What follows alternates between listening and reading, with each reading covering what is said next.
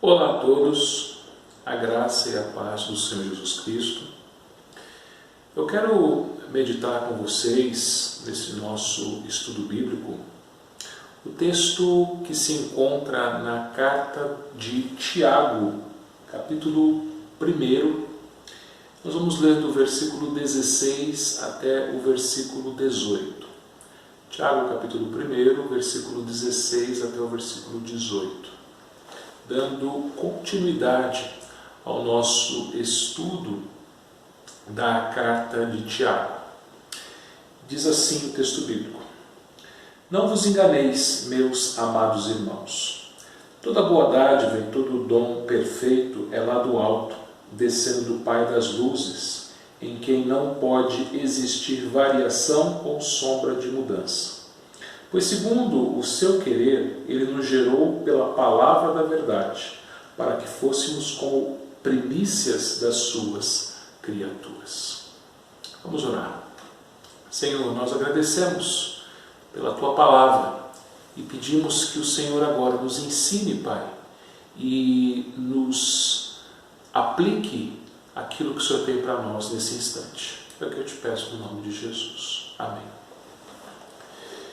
Queridos irmãos e amigos, o sofrimento é uma coisa comum a todos os seres humanos.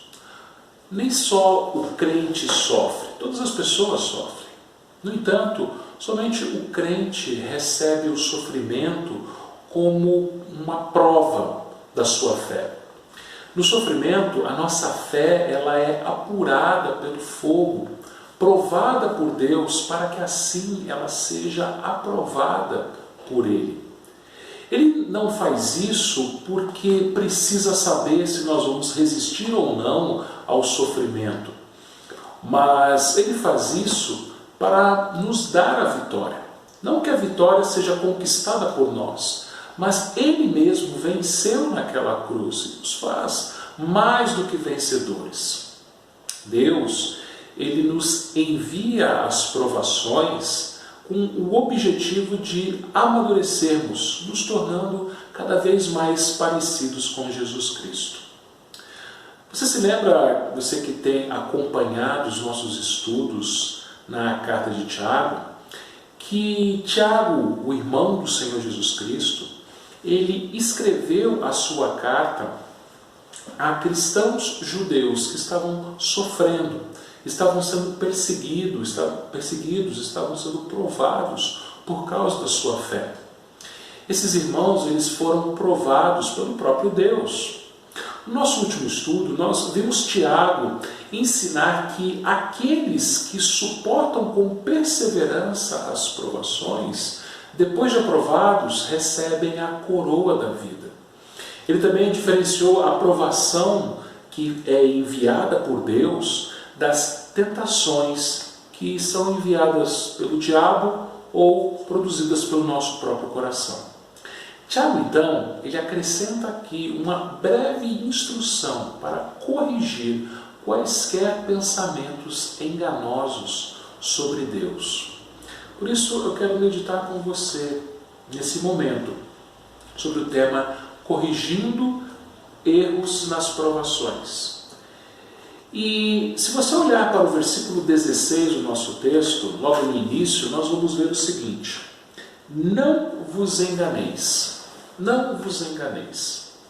Diante do sofrimento, o cristão ele pode ser enganado por Satanás, levando a pensar que Deus não o ama, que Deus se esqueceu dele, que Deus é cruel, que Deus cometeu um erro, ou até mesmo que Deus não existe. Quando passamos por sofrimentos, podemos ser tentados por Satanás a ter pensamentos errados a respeito de Deus.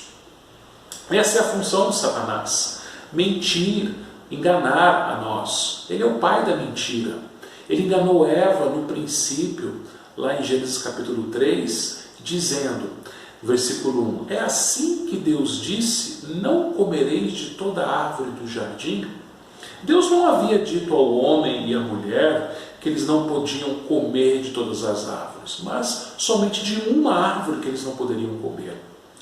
Logo após, a serpente, ela fala uma mentira, como se fosse verdade. Lá no versículo 4 de Gênesis 3, a serpente diz: é certo que não morrereis. Deus havia dito que se Adão e Eva comessem do fruto da árvore do conhecimento do bem e do mal, eles morreriam. E a serpente mente, dizendo: é certo que não morrereis. A serpente disse uma mentira como se fosse verdade, né? E é isso que o diabo faz, ele nos engana. Nós vivemos dias que isso tem acontecido, né? Você percebe muitas vezes nos noticiários em que mentiras são contadas como se fossem verdades. Quando o crente é provado, o diabo ele sussurra mentiras nos seus ouvidos, tentando fazer acreditar que é verdade. Então, quando você e eu sofremos provações, o diabo ele vai fazer isso. Ele vai nos tentar a acreditar nas mentiras dele. Ele vai nos tentar nos enganando. Foi isso que o diabo fez com o próprio Jesus na sua tentação. Ele tentou colocar em dúvida o seu relacionamento com Deus, né? Primeiro, o diabo ele tentou a Jesus com relação às necessidades materiais. Então, primeiramente, o que ele disse a Jesus? Se és filho de Deus, manda que essas pedras se transformem em pães. O diabo colocou em dúvida que Deus estava suprindo as necessidades materiais de Jesus. O diabo vai fazer a mesma coisa conosco quando passarmos por provações. Ele vai nos tentar dizendo que Deus não cuida de nós, que Deus não supra as nossas necessidades, que vai faltar. Nessa pandemia que nós estamos vivendo, um dos efeitos que ela tem causado é o desemprego de muitas pessoas, é a falência de alguns comerciantes, é a redução da renda, do salário, e muitos têm pensado que vão passar necessidades, e alguns vão mesmo. Mas se você é um crente verdadeiro, você sabe que Deus vai suprir cada uma das suas necessidades. O diabo, no meio das provações, ele vai nos tentar a duvidar do cuidado de Deus, como ele fez com Jesus, tentando Jesus a duvidar que Deus lhe daria o alimento necessário. Em seguida, o diabo tentou Jesus também, mas agora com relação à sua segurança. Ele disse: se és filho de Deus, atira-te abaixo. O diabo ele vai tentar colocar na sua cabeça e na minha cabeça que Deus não nos protege. Vivemos esse tempo de pandemia em que muitas pessoas estão com medo, pensando que poderão ser contaminadas com esse vírus e sofrerem por causa dele e até mesmo perderem as suas próprias vidas, morrerem. Somos tentados, meus irmãos, pelo diabo a respeito de que Deus não cuida da nossa segurança, que estamos soltos no mundo, correndo riscos no mundo e assim Deus não nos protege.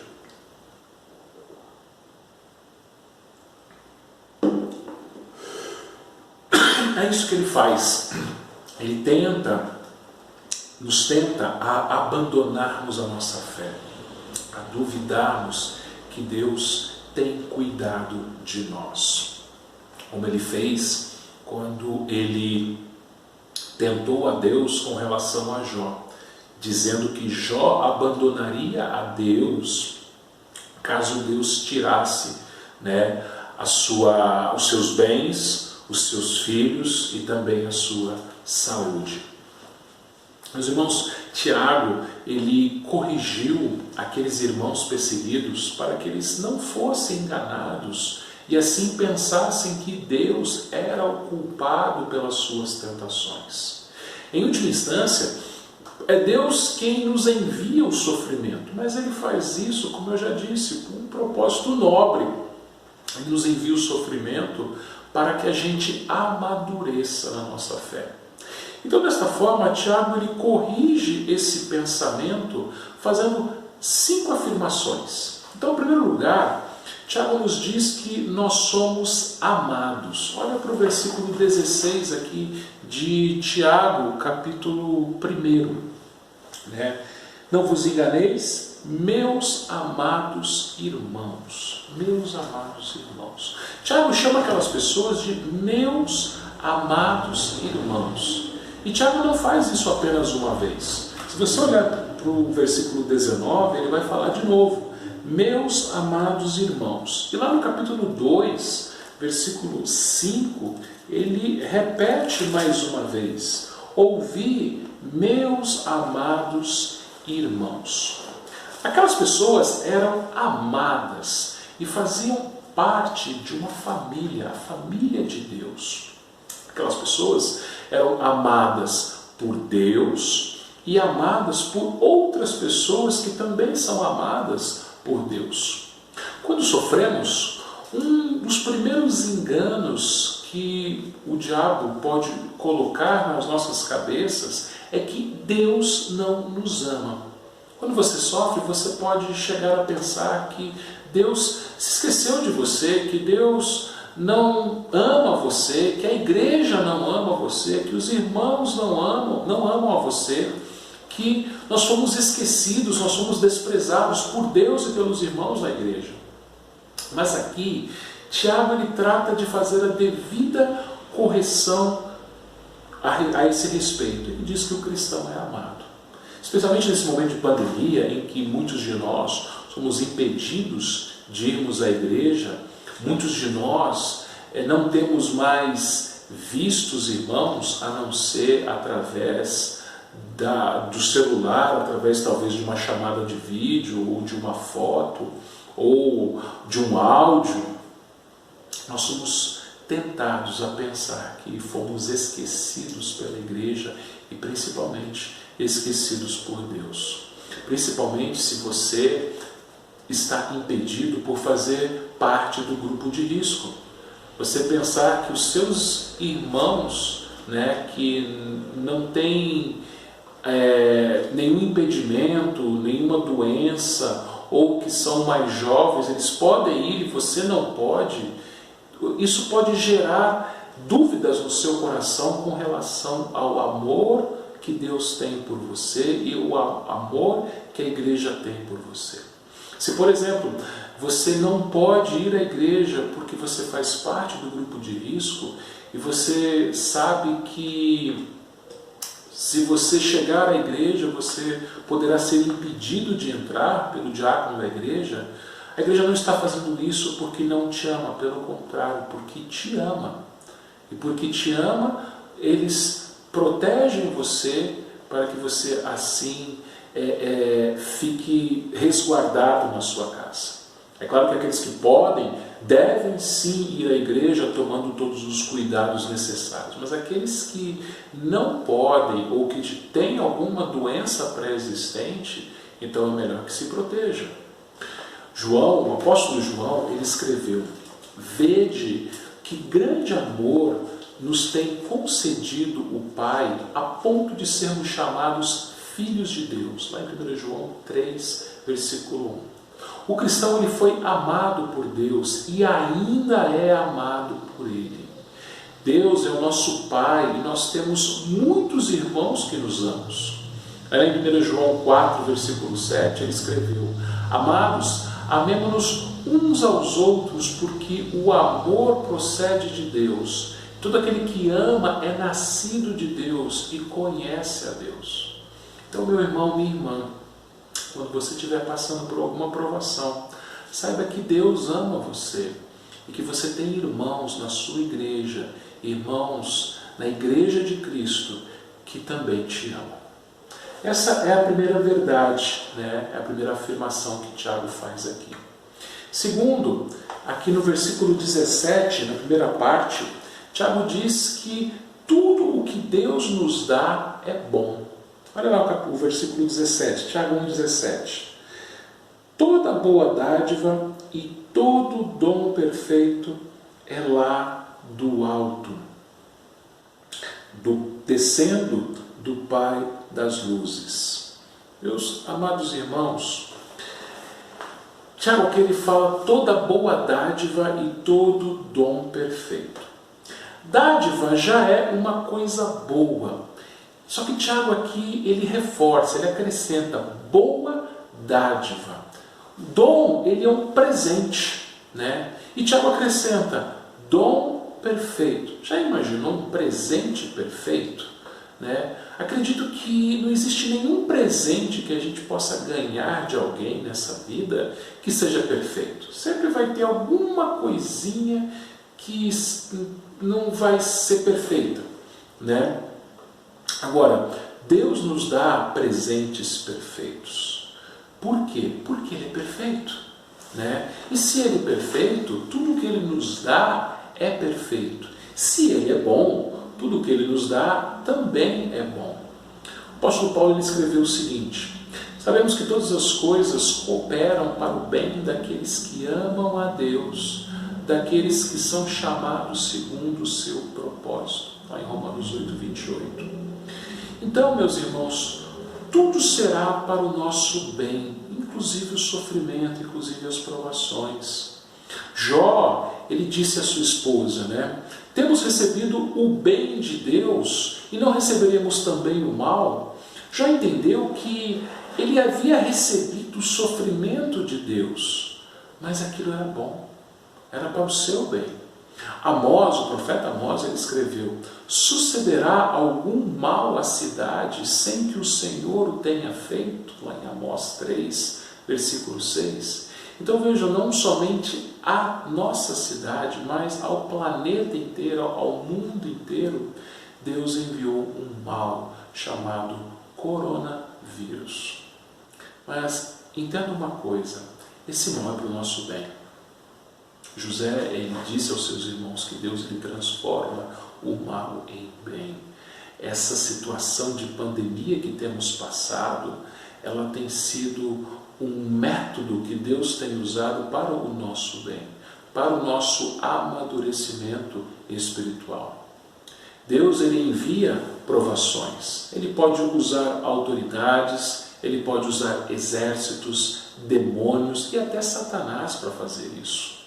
Deus, ele enviou o coronavírus e por mais sofrimento que haja na vida de cristãos por causa disso, lembrando que muitos crentes perderam suas vidas por causa desse coronavírus, outros perderam empregos, perderam seus negócios por causa disso, nós não podemos esquecer que isso é bom. É estranho falar isso, mas se foi Deus que enviou, então é bom, é perfeito, né? No versículo 4 aqui do capítulo 1 de Tiago, ele já havia afirmado que o objetivo final da nossa provação, da provação na vida do crente, é ser perfeito e íntegro. E essa palavra perfeito na língua grega, na língua original, significa maduro. Então, as provações que passamos, como eu já disse, nos leva à maturidade espiritual, a sermos mais parecidos com Cristo Jesus. Por isso que, voltando lá para Romanos 8, no versículo 29, Paulo vai dizer qual é o nosso bem. Se todas as coisas cooperam para o nosso bem, o que é o nosso bem? O nosso bem é o seguinte, ele vai dizer em Romanos 8, 29.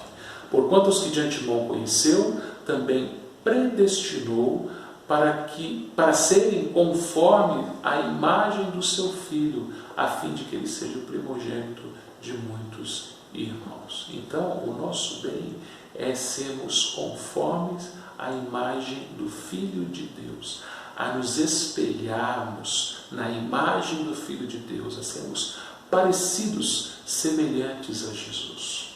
É para isso que Deus te envia as provações, para que você amadureça e fique cada vez mais parecido com Jesus. Voltando aqui para o texto de Tiago, Tiago vai dizer que toda boa dádiva, todo bom dom perfeito, eles são lá do alto céus, né? O alto céus é o lugar onde Deus habita. Aqui embaixo, nós, com os nossos corações, nós temos coisas ruins, engano, pecado, corrupção. Do alto, Deus ele manda o melhor para as nossas vidas. Às vezes a gente pensa que nós sabemos o que é melhor para nós. Às vezes a gente pensa que os nossos desejos, os nossos planos, a nossa vontade é o melhor para nós. Mas nós estamos enganados, porque o nosso coração nos engana. E nós estamos aqui embaixo não tem nada de bom em si mesmo. O nosso coração não é bom em si mesmo. Nós não somos bons em si mesmos. Mas é do alto, de Deus, que habita no alto céu, é que vem as coisas boas, que vem o melhor para as nossas vidas. Do alto, Jesus desceu para esta terra para nos salvar. Do alto, o Espírito Santo foi enviado para habitar em nós, para nos ensinar a palavra, para nos consolar, né? No alto, Jesus está à destra do Pai intercedendo por nós.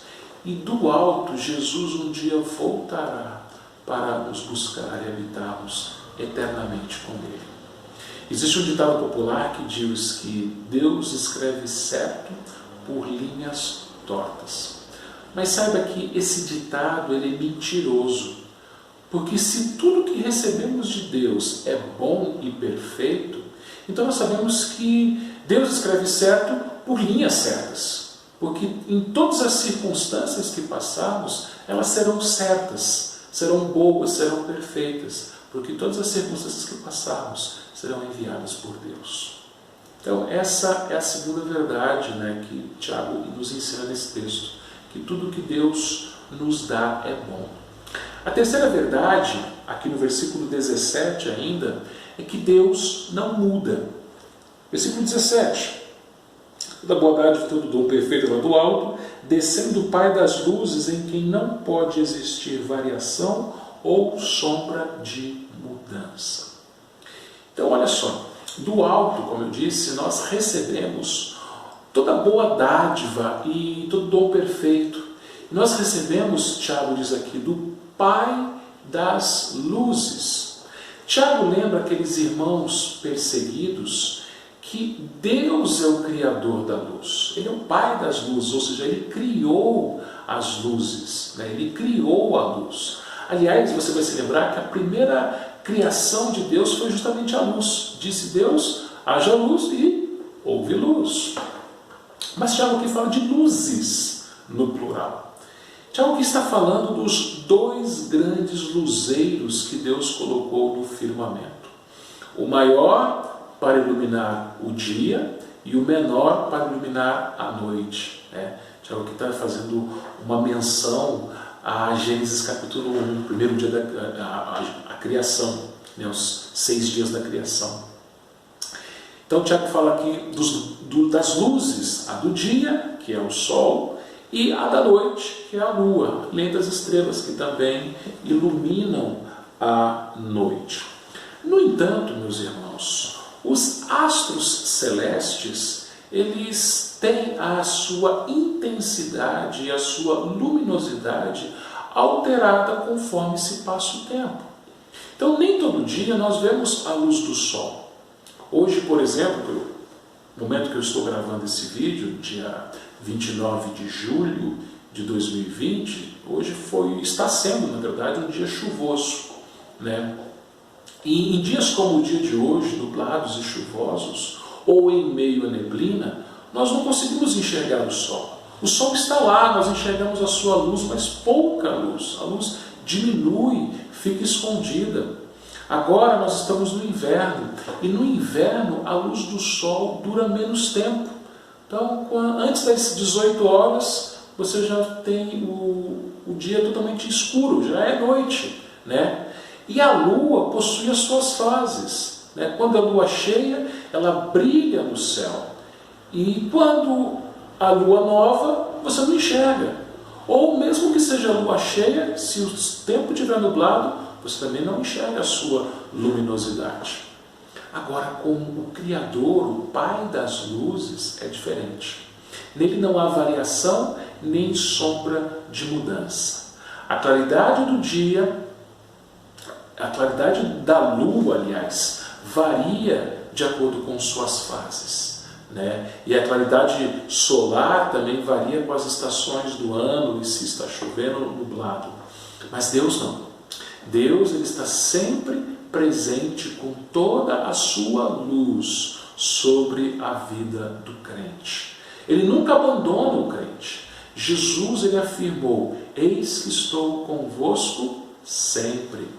O Senhor está conosco, até mesmo quando nós passamos pelo vale da sombra da morte. Ele não muda jamais, Ele sempre está iluminando os nossos passos, né? Ele sempre está brilhando em nossas vidas. Enquanto Satanás, ele é o príncipe das trevas, Deus, ele é o Pai das luzes. Na luz nós enxergamos a verdade, na luz nós encontramos vida, né? É interessante que as plantas, para elas crescerem, elas precisam de luz, né? Luz é vida. Quando uma criança nasce, é dito que a mãe deu a luz. Sendo Deus o Pai das luzes, Ele nos dá vida, né? Nós encontramos vida nele. É Deus quem nos fortalece, é Deus quem nos abençoa, até mesmo nas provações. Então essa é a terceira verdade que nós aprendemos, que Deus não muda. Em quarto lugar, nós aprendemos que Deus nos deu vida. Como se a luz produz vida, né? O Pai das luzes nos dá vida. Versículo 18 aqui de Tiago 1.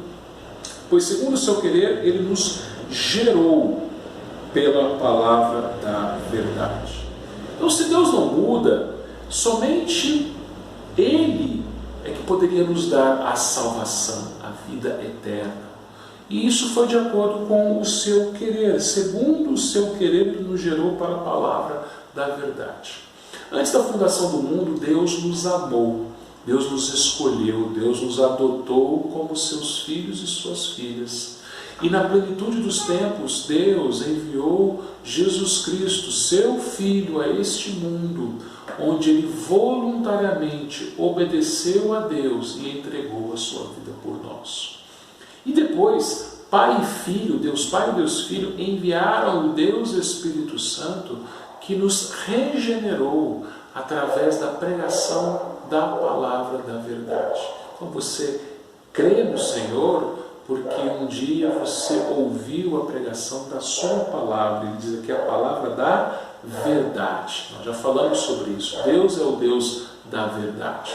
E tudo isso foi iniciativa de Deus, tudo isso foi obra de Deus. Deus fez toda a sua obra e continua fazendo nas nossas vidas. Paulo, ele escreveu isso lá em Efésios capítulo 1, também no capítulo 2. Em Efésios 1,13, Paulo escreveu: em quem também vós, depois que ouvistes a palavra da verdade, o evangelho da vossa salvação, tendo nele também crido, fostes selados com o Santo Espírito da promessa. E lá em João 17,17, Jesus orou por nós e disse ao Pai: santifica-os na verdade, a tua palavra é a verdade. Então, meus irmãos, nós fomos salvos por Deus porque um dia nós ouvimos a verdade. Como eu já falei anteriormente, o diabo, ele é o pai da mentira. Ele vai nos tentar falando mentiras nos nossos ouvidos. Quando você lê a palavra de Deus, quando você se alimenta da palavra de Deus, você se alimenta da verdade. Você sabe que o Deus que te deu vida, o Deus que te salvou, o Deus que te resgatou da morte, é o Deus que cuida da sua vida. É o Deus que te livra das ideias mentirosas de Satanás. Então, você deve ler a sua Bíblia. Na sua casa, né, no seu momento devocional, no culto doméstico com a sua família, você deve alimentar-se da Bíblia, que é a palavra da verdade. Não gaste tempo com televisão que conta tantas mentiras. Não gaste tempo com pessoas que falam mentiras, mas alimente-se da verdade, a palavra da verdade, porque somente ela nos dá vida. Então, meus irmãos, esta é a quarta verdade que esse texto nos ensina. Deus ele nos deu vida. Por último, quinto lugar, nós aprendemos aqui que nós pertencemos a Deus. Final do versículo 18, para que fôssemos como que primícias das suas criaturas. Para que Deus nos deu vida? Para fazermos parte da nova criação, sendo primícias das suas criaturas. E o que são primícias? Vamos lá. No Antigo Testamento, Abel, ele ofertou a Deus as primícias do seu rebanho, lá em Gênesis 4:4. Mais tarde, Deus ele vai requerer da nação de Israel as primícias da colheita, em Êxodo 23:19. Então, o que eram primícias? As primícias eram a primeira e a melhor parte da colheita. E no caso do gado, era o primeiro bezerro, o primeiro cabrito, que nascesse, que fosse saudável. Então Deus ele queria o primeiro e Deus ele queria o melhor. Pertenciam a Deus, era ofertado a Deus. Então se você tivesse uma lavoura, os primeiros frutos dessa lavoura eram ofertados a Deus, eram entregues como oferta ao Senhor. Da mesma forma, meus irmãos, as primícias das suas criaturas somos nós pertencemos a Ele, nós somos comprados por um alto preço, nós somos propriedade exclusiva dEle, somos guardados nas mãos dEle, nada nos separará das mãos de Cristo. E nós somos aqui chamados de primícias da sua criação. Em Romanos 8, 22 e 23, diz o seguinte: porque sabemos que toda a criação, a um só tempo, geme e suporta angústias até agora. E não somente ela, mas também nós, que temos as primícias do Espírito, igualmente gememos em nosso íntimo, aguardando a adoção de filhos, a redenção do nosso corpo. Então, os cristãos são as primeiras criaturas a serem redimidas. Porque pertencemos a Deus, Ele nos limpa, Ele nos santifica, Ele nos aperfeiçoa, Ele nos amadurece, Ele nos corrige, Ele nos disciplina. E Ele faz essas coisas conosco para que finalmente sejamos restaurados à condição original do homem, que foi criado sem pecado. Então, para você entender, a nossa redenção é a primeira de toda a redenção que Deus vai operar em toda a sua criação. Então, Deus ele vai redimir toda a criação. Deus ele vai refazer este mundo. Será um novo céu, uma nova terra. O mundo voltará a ser como era no início, antes do pecado. Um mundo perfeito. Uma natureza perfeita, uma criação perfeita. E Deus começa essa obra de redenção no homem, nos seus eleitos, no seu povo, no crente. Nós somos as primícias, os primeiros a serem redimidos. Porque no futuro Ele vai redimir não somente a nós, mas a toda a criação. Ele vai tirar os efeitos do pecado da criação. Então, além de nós sermos sem pecado, esse mundo também será sem pecado. Não haverá mais os efeitos do pecado.